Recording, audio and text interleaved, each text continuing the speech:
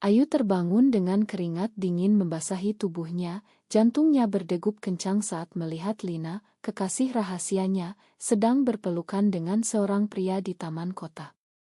Matanya membelalak, napasnya tersengal, tapi saat mendekat, dia menyadari itu bukan pelukan biasa, pria itu adalah calon suami Lina yang dipaksakan oleh keluarga. Ayu mundur pelan, air mata mengalir, menyadari bahwa rahasia cinta mereka selama 3 tahun kini terancam runtuh di tengah tekanan masyarakat Indonesia yang konservatif. Di Jakarta yang ramai, Ayu, seorang guru sekolah dasar berusia 28 tahun, selalu menjalani hidup dengan hati-hati.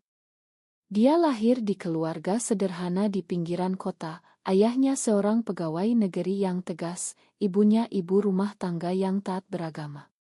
Sejak kecil, Ayu diajarkan bahwa pernikahan adalah takdir seorang wanita, dengan pria tentunya. Tapi hati Ayu berbeda.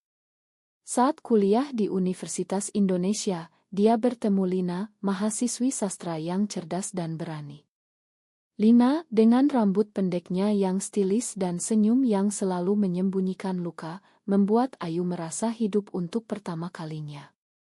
Mereka bertemu di perpustakaan kampus saat Ayu sedang mencari buku tentang psikologi sosial. Lina duduk di seberang membaca novel tentang perjuangan perempuan. Percakapan dimulai dari buku lalu berlanjut ke kopi di kantin. Ayu ingat betapa hatinya berdegup saat Lina menyentuh tangannya secara tak sengaja. Itu adalah awal dari segalanya. Mereka mulai bertemu diam-diam, di kai-kai kecil di blok M, atau di taman-taman yang sepi. Cinta mereka tumbuh dalam diam, karena di Indonesia, hubungan seperti itu masih dianggap tabu. Keluarga Ayu, yang beragama Islam taat, pasti akan mengusirnya jika tahu. Begitu juga dengan Lina, yang keluarganya dari kelas menengah atas di Bandung, dengan ayah yang pengusaha sukses dan ibu yang aktif di majelis taklim. Tapi hari itu, di taman kota, Ayu melihat Lina bersama pria itu. Namanya Rian, anak teman ayah Lina, seorang insinyur muda yang sesempurna di mata keluarga. Lina terlihat tegang, senyumnya palsu, tapi Ayu tahu itu. Malam sebelumnya, Lina telah bercerita tentang tekanan dari keluarganya. Mereka bilang aku harus menikah tahun ini, Ayu. Kalau tidak, mereka akan memutuskan bantuanku, kata Lina sambil menangis di apartemen kecil Ayu. Ayu memeluknya, berjanji mereka akan menemukan jalan. Tapi sekarang, melihat Lina dengan Rian, Ayu merasa dikhianati. Apakah Lina akan menyerah? Ayu pulang ke apartemennya di kawasan Kemang, pikirannya kacau. Dia duduk di sofa, memegang oto mereka berdua yang disembunyikan di laci. Oto itu diambil saat liburan rahasia ke Bali 2 tahun lalu.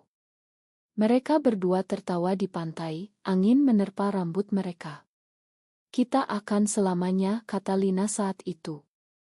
Tapi sekarang, Ayu mengirim pesan ke Lina, aku melihatmu tadi. Kita perlu bicara.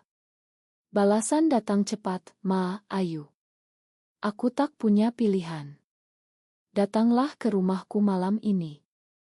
Malam itu, Ayu pergi ke rumah Lina di daerah Elite Menteng. Lina membuka pintu dengan wajah pucat. Mereka duduk di kamar Lina, pintu terkunci. Rian itu pilihan ayahku, kata Lina pelan. Dia bilang kalau aku tolak, aku bukan anaknya lagi. Aku tak bisa hidup tanpa dukungan mereka, Ayu. Aku masih bergantung. Ayu merasa amarah membara. Jadi kau akan menikah dengannya? Tinggalkan aku. Lina menangis. Bukan begitu. Aku cinta padamu. Tapi ini Indonesia, Ayu. Kita tak bisa terang-terangan. Mungkin setelah menikah, kita bisa tetap bertemu diam-diam.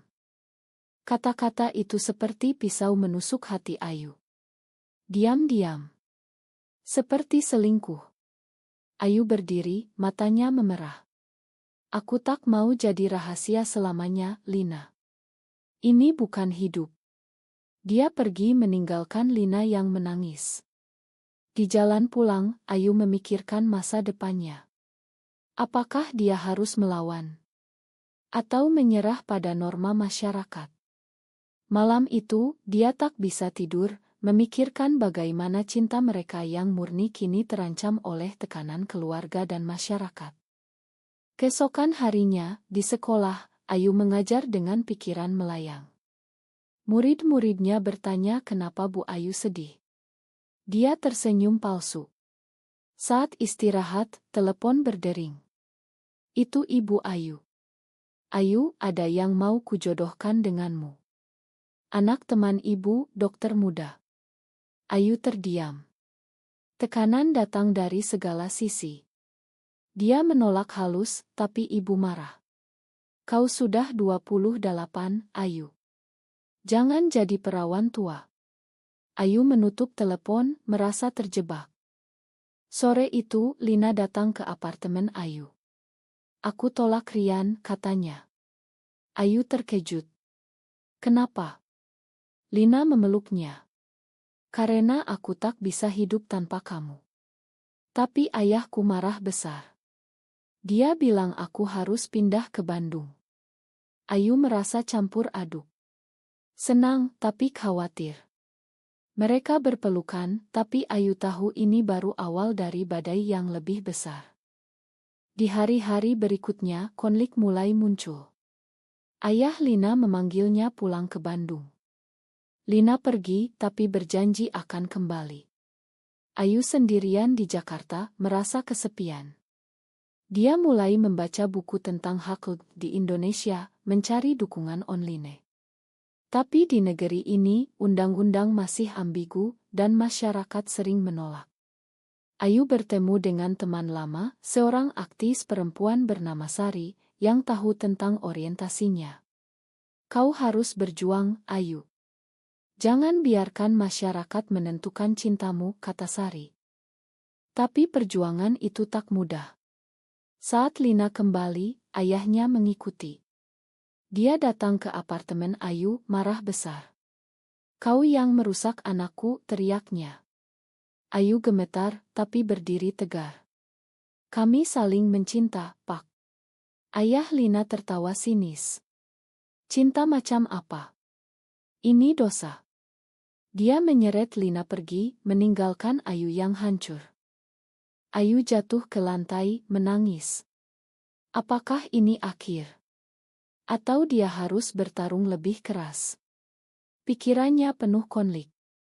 Dia ingat masa kecilnya saat ayahnya mengajarkan nilai-nilai tradisional. Tapi hati Ayu berkata lain. Dia memutuskan untuk mencari Lina, apapun risikonya. Ayu naik kereta ke Bandung, hatinya penuh tekad. Perjalanan 2 jam itu terasa seperti selamanya. Dia memikirkan Lina, yang pasti sedang menderita di rumah keluarganya. Saat tiba di stasiun, Ayu naik taksi ke alamat yang diberikan Lina dulu. Rumah besar di daerah Dago, dengan pagar tinggi dan taman rapi. Ayu mengetuk pintu, tangannya gemetar. Pembantu rumah membuka pintu. Siapa ya? Ayu menyebut nama Lina. Tak lama ibu Lina keluar, wajahnya dingin. Lina tak ada di sini. Pergilah. Ayu tak percaya. Tolong, Bu. Saya temannya. Ibu Lina menatapnya tajam. Teman. Atau lebih. Pergi sebelum saya panggil polisi. Ayu mundur, tapi tak menyerah. Dia menunggu di kai terdekat, mengirim pesan ke Lina. Aku di Bandung. Tunggu aku. Malam itu, Lina menyelinap keluar. Mereka bertemu di taman kecil dekat rumah. Lina terlihat kurus, matanya sembab. Ayahku kunci ponselku. Aku pakai ponsel lama. Mereka berpelukan. Aku tak tahan, Ayu.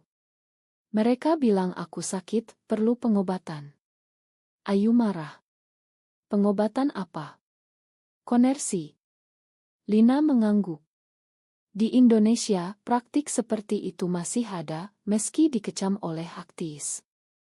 Mereka duduk di bangku taman, berbicara pelan. Lina bercerita bagaimana ayahnya memaksa dia bertemu Usta untuk membersihkan jiwanya. Aku tak mau, Ayu. Tapi kalau menolak, mereka usir aku. Ayu memegang tangannya. Ikut aku ke Jakarta. Kita bisa hidup bersama. Lina ragu. Tanpa uang. Tanpa keluarga. Itu adalah momen krusial. Lina harus memilih keluarga atau cinta. Keesokan harinya, Lina memutuskan ikut Ayu. Mereka kabur pagi-pagi, naik kereta kembali ke Jakarta. Tapi ayah Lina cepat tahu. Dia menelepon polisi, melaporkan Lina hilang. Ayu dan Lina bersembunyi di apartemen Ayu, pintu terkunci. Berita mulai menyebar di media sosial. Anak pengusaha hilang, diduga diculik teman. Ayu panik. Ini gila. Kita tak salah. Tekanan semakin besar. Keluarga Ayu juga tahu. Ayah Ayu datang ke apartemen, memukul pintu. Buka, Ayu. Apa yang kau lakukan? Ayu membuka, wajah pucat. Ayahnya masuk, melihat Lina. Ini apa? Kau lesbi. Kata itu terlontar seperti racun. Ayu menangis. Ya. Aku cinta Lina. Ayahnya marah, memukul meja. Ini dosa besar. Kau bikin malu keluarga. Dia pergi, meninggalkan ancaman, jangan hubungi kami lagi. Ayu dan Lina sekarang sendirian, tanpa dukungan keluarga. Mereka mencari pekerjaan baru. Ayu tetap mengajar, tapi rumor di sekolah mulai beredar. Kepala sekolah memanggilnya. Bu Ayu, ada keluhan dari orang tua murid. Tentang gaya hidupmu. Ayu terkejut. Apa maksudnya? Kepala sekolah menggeleng. Kau tahu. Ini sekolah negeri, kami tak bisa toleransi. Ayu dipecat. Lina juga kehilangan dukungan finansial. Dia mencari kerja sebagai penulis relance tapi sulit. Mereka hidup hemat, makan mie instan setiap hari. Tapi cinta mereka semakin kuat. Di malam-malam gelap, mereka berbicara tentang mimpi. Somedai, kita bisa menikah di luar negeri, kata Ayu. Lina tersenyum. Ya, Somedai. Tapi badai belum berakhir. Ayah Lina menyewa detektif, menemukan mereka. Suatu hari, Rian datang ke apartemen. Lina, pulanglah. Ayahmu sakit karena kamu. Lina terguncang. Sakit. Rian mengangguk. Serangan jantung. Dia bilang makan kamu kalau kamu kembali dan menikah denganku. Itu adalah pukulan telak. Lina menangis. Aku harus pergi, Ayu. Dia ayahku. Ayu merasa dunia runtuh. Jadi kau tinggalkan aku lagi. Lina memeluknya. Hanya sementara. Aku akan kembali. Tapi Ayu tahu itu bohong. Lina pergi ke Bandung, meninggalkan Ayu yang hancur. Ayu minum alkohol untuk pertama kalinya, mencoba melupakan. Tapi mimpi buruk datang, Lina menikah dengan Rian, tersenyum palsu. Beberapa minggu kemudian, Lina menelepon. Aku tak bisa, Ayu. Ayahku memaksa. Pernikahan 2 bulan lagi. Ayu marah. Kau khianati aku. Lina menangis. Ma, ini untuk keluarga. Telepon ditutup. Ayu memutuskan untuk melawan. Dia hubungi Sari, aktivis itu. Aku butuh bantuan. Aku akan publikasikan ceritaku. Sari setuju. Mereka bertemu di KAI. Kau siap hadapi masyarakat, tanya Sari. Ayu mengangguk. Ya. Untuk Lina. Mereka rencanakan kampanye online, bagikan cerita anonim tentang diskriminasi LGBT di Indonesia. Postingan viral, ribuan like dan share. Tapi juga hujatan. Dosa. Harus dihukum, komentar netizen. Ayah Lina marah, tahu itu tentang anaknya. Dia hubungi Ayu. Hentikan atau aku laporkan kau atas pencemaran nama baik. Ayu tak gentar. Biarkan Lina memilih sendiri. Konflik memuncak. Lina di Bandung terjebak antara cinta dan kewajiban. Lina duduk di kamarnya di Bandung memandang undangan pernikahan yang baru dicetak. Nama dia dan Rian tertera di sana, tapi hatinya berteriak nama Ayu. Ayahnya masuk, wajahnya lelah setelah sakit. Lina, ini yang terbaik untukmu. Lina menangis diam-diam, tapi aku tak cinta Rian, ya. Ayahnya menggeleng. Cinta bisa dipelajari. Yang penting kau normal. Kata normal itu menyakitkan. Lina ingat masa kecilnya, saat dia suka bermain dengan anak laki-laki, tapi hati kecilnya tertarik pada teman perempuan. Di SMA, dia punya crush pertama pada guru wanita. Tapi dia tekan perasaan itu, takut dicap aneh. Sampai bertemu Ayu, semuanya meledak. Sekarang, dia harus memilih kembali ke Ayu dan kehilangan segalanya, atau menikah dan hidup dalam kepalsuan. Di Jakarta, Ayu aktif di komunitas LGBT. Bersama Sari, dia ikut demonstrasi kecil di Monas, menuntut hak kesetaraan. Tapi polisi datang, membubarkan. Ayu dipukul bahu, tapi tak mundur. Ini untuk kita semua, katanya pada Sari. Malam itu, dia dapat pesan dari Lina, aku rindu kamu. Tapi ayahku awasi aku terus. Ayu balas, kaburlah. Aku tunggu. Lina ragu. Dia bertemu Rian diam-diam, Rian baik, tapi tak ada api. Lina, aku tahu kau tak cinta aku. Tapi kita bisa coba, kata Rian. Lina menangis. Ma, aku cinta orang lain. Rian terkejut. Siapa? Lina diam, Rian menebak. Wanita itu. Ayu. Lina mengangguk. Rian diam, lalu bilang, aku tak bisa paksa. Tapi ayahmu. Rian cerita pada ayah Lina. Ayahnya marah besar, mengurung Lina di kamar. Kau tak boleh keluar sampai hari pernikahan. Lina putus asa, melempar ponselnya. Tapi dia punya rencana. Malam itu, dia kabur lewat jendela, naik ojek ke stasiun. Kereta ke Jakarta. Saat tiba, Ayu menjemput. Mereka berpelukan di stasiun, air mata bahagia. Aku pilih kamu, kata Lina. Mereka pulang ke apartemen, merencanakan masa depan. Tapi pagi berikutnya, polisi datang. Lina, ayahmu laporkan kau diculik. Lina terkejut. Bukan. Aku pergi sendiri. Polisi tak percaya, bawa Lina ke kantor. Di kantor polisi, ayah Lina datang. Dia sakit jiwa. Butuh pengobatan. Ayu protes. Ini diskriminasi. Polisi bingung. Akhirnya, setelah interogasi, Lina dibebaskan karena dewasa. Tapi ayahnya bilang, kau bukan anakku lagi. Lina menangis, tapi tegar. Mereka kembali ke apartemen, tapi sekarang tanpa uang. Ayu cari kerja baru sebagai tutor priat. Lina tulis artikel tentang pengalamannya, publikasikan anonim. Artikel viral, dapat dukungan dari komunitas internasional. Tapi di Indonesia, hujatan datang. Ancaman online, kalian akan dibakar. Suatu hari, teman lama Lina, seorang jurnalis bernama Maya, hubungi.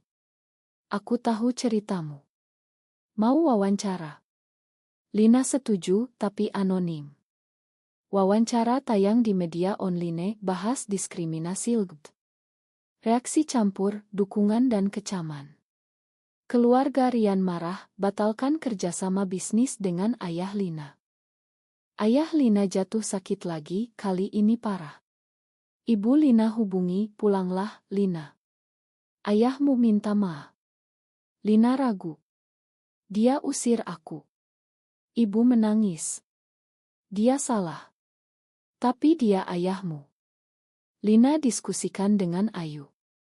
Pergilah. Makan dia. Lina pergi ke Bandung. Di rumah sakit, ayah Lina lemah. Ma, nak. Aku takut masyarakat. Tapi kau anakku.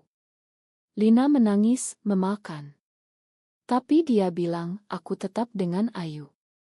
Ayahnya diam, lalu angguk pelan. Lakukan yang terbaik. Lina kembali ke Jakarta, lebih kuat. Tapi konflik baru muncul. Di sekolah tempat Ayu tutor, orang tua murid tahu. Mereka tolak. Ayu kehilangan pekerjaan lagi. Ini tak adil, kata Ayu. Lina peluk dia. Kita harus pindah kota. Mungkin ke Bali, mulai baru. Mereka rencanakan pindah.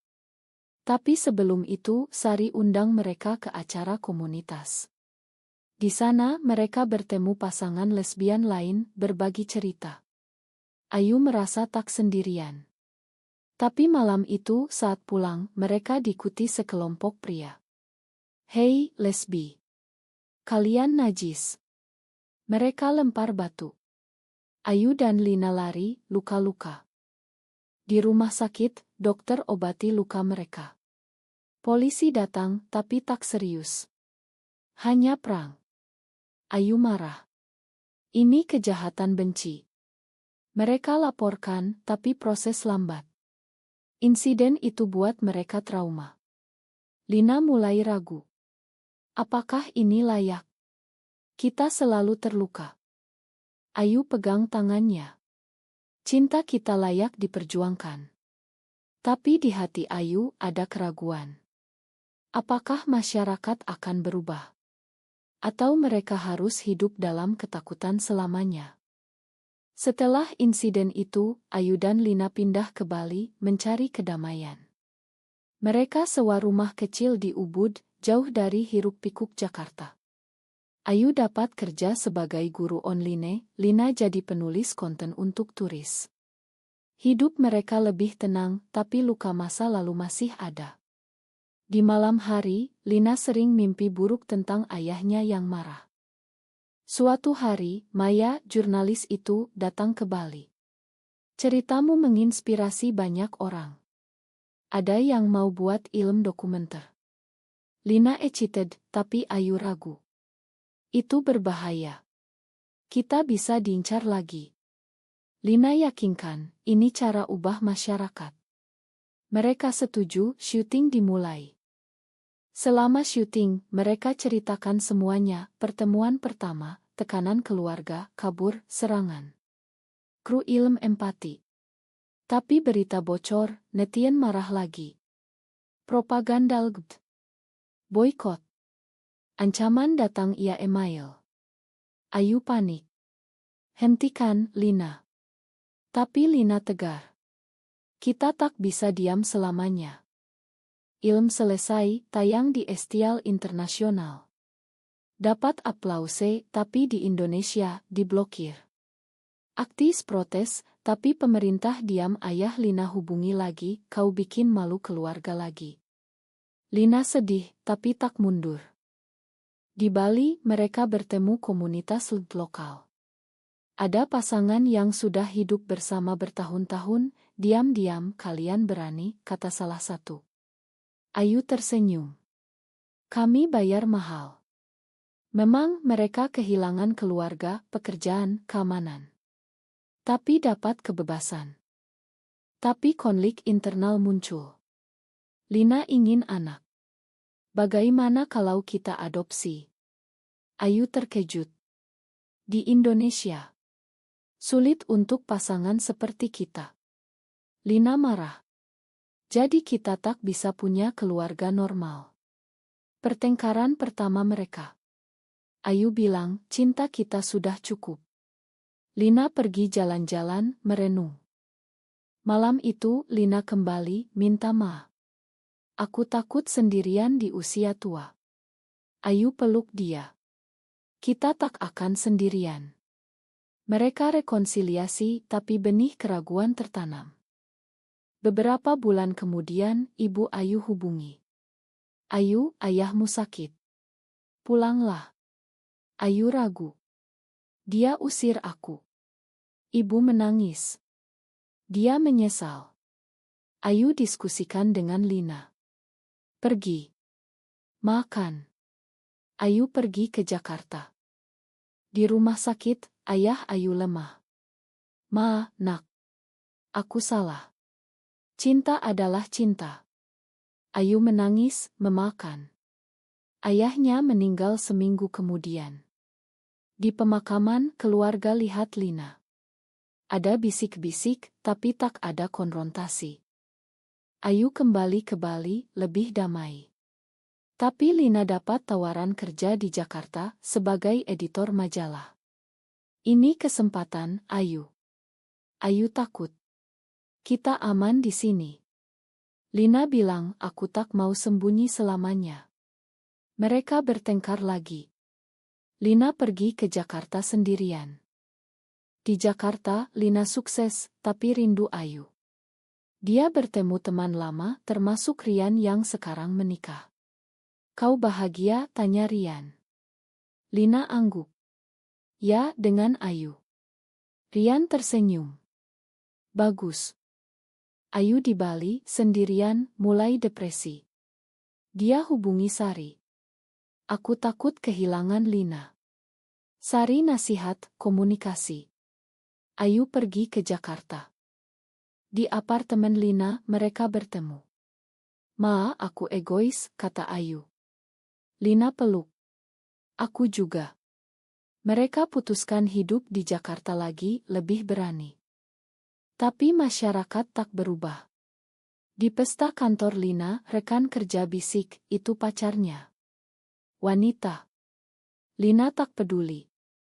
Tapi suatu hari, bos Lina bilang, gaya hidupmu bisa pengaruhi karir. Lina marah, resign. Mereka mulai bisnis kecil, kayak ramah di kawasan Senopati. Awalnya sepi, tapi lambat laun ramai. Komunitas dukung. Tapi ada demo dari kelompok konservatif. Tutup kayak dosa. Mereka lempar telur. Polisi datang, tapi lambat. Ayu dan Lina bertahan. Ini perjuangan kita, kata Ayu. Tapi di hati, mereka lelah. Apakah ini layak? Kayak mereka bertahan, meski dengan ancaman. Ayu dan Lina jadi simbol perjuangan. Media wawancara kali ini terbuka. Kami hanya ingin hidup normal, kata Lina. Reaksi positif dari anak muda, tapi orang tua menolak. Suatu hari, adik Lina hubungi.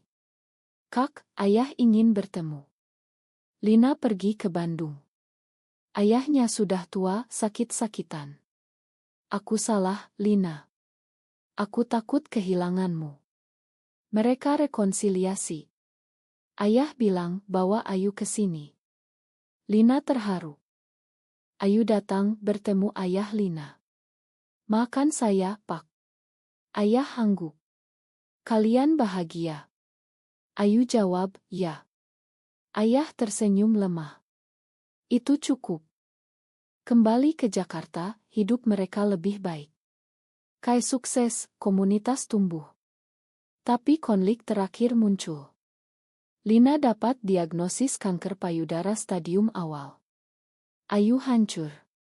Kenapa sekarang? Lina tegar. Kita lawan bersama. Pengobatan mahal, mereka jual kai. Keluarga bantu, termasuk ayah Lina. Selama kemoterapi, Lina lemah, tapi Ayu setia. Aku tak bisa tanpamu, kata Ayu. Lina tersenyum. Kau kuat. Setelah berbulan-bulan, Lina sembuh. Pengalaman itu buat mereka lebih menghargai hidup. Mereka pindah ke rumah kecil di pinggiran, hidup sederhana. Kita menang, kata Lina. Tapi di akhir, Ayu merenung. Begitu banyak yang hilang, keluarga, pekerjaan, keamanan. Apakah cinta mereka layak semua pengorbanan? Apakah mencintai seseorang dari jenis kelamin yang sama benar-benar salah, atau justru masyarakat yang perlu berubah?